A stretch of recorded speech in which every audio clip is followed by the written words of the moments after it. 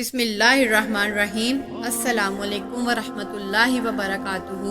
آج ایک نئے واقعے کے ساتھ ہم آپ کی خدمت میں حاضر ہوئے ہیں۔ مور جتنا اب خوبصورت ہے، اس سے کہیں زیادہ وہ جنت میں خوبصورت تھا۔ مور کی خوبصورتی پہ سبھی پرندے فدا تھے، لیکن سب خوبیوں کے باوجود مور سے ایسی کون سی خطا ہو گئی تھی جسے اللہ تبارک و تعالیٰ نے مور کو جنت سے نکال دیا۔ اللہ تبارک و تعالیٰ نے جب حضرت آدم علیہ السلام اور اماں حوا کو پیدا فرمایا، اس کے بعد ان کو جنت میں بھیج دیا۔ وہ دونوں جنت میں بہت ہی پرسکون رہتے تھے، بہت ہی لذیذ میوے پھل کھایا کرتے تھے، لیکن ایک اناج جس کو کھانے سے اللہ پاک نے انہیں منع فرمایا، اور وہ اناج گندم تھا۔ چونکہ شیطان حضرت آدم علیہ السلام کی وجہ سے ہی جنت سے نکالا جا چکا تھا، اسی وجہ سے شیطان کی حضرت آدم علیہ السلام سے دشمنی ہو گئی تھی۔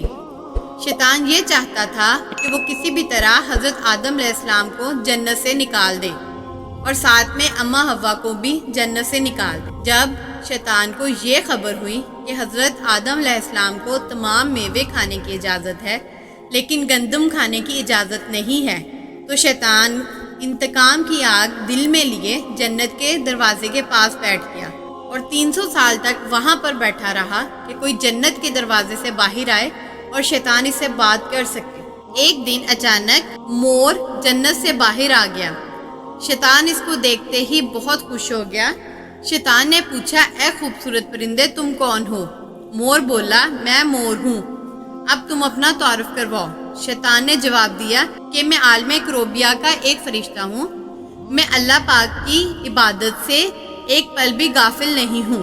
میں چاہتا ہوں کہ میں جنت میں جاؤں، وہاں کی نعمتوں کا اپنی آنکھوں سے مشاہدہ کروں۔ شیطان مور سے کہنے لگا کہ تم مجھے جنت کے اندر لے جاؤ، میں تمہیں 3 ایسی باتیں بتاؤں گا جس سے تمہیں ابدی زندگی حاصل ہو جائے گی، تمہیں بڑھاپا اور بیماری نہیں آئے گی، تم ہمیشہ جنت میں ہی رہو گے۔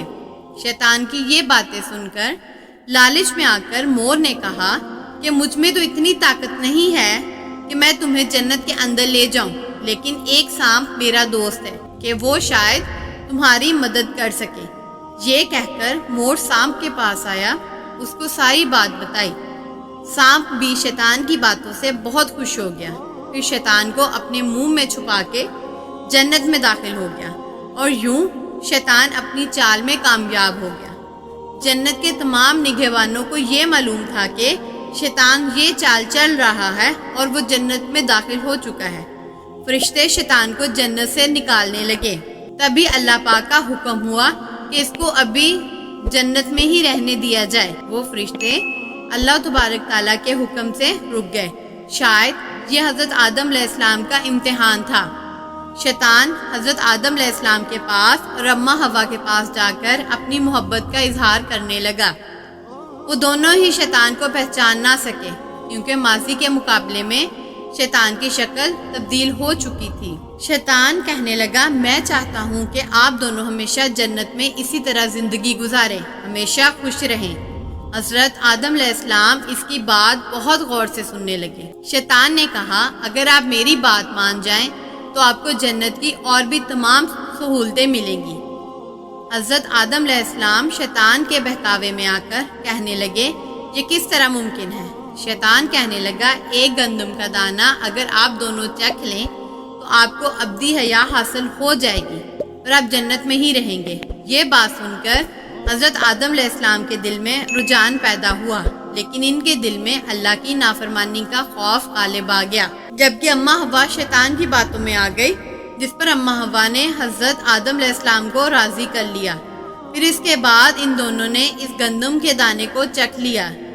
جیسے ہی گندم کا دانہ ان کے اندر گیا تو دونوں کے سطر واضح ہو گئے، جس کے بعد دونوں اپنے اپنے سطر چھپانے لگے اور خوف خدا سے کانپنے لگے۔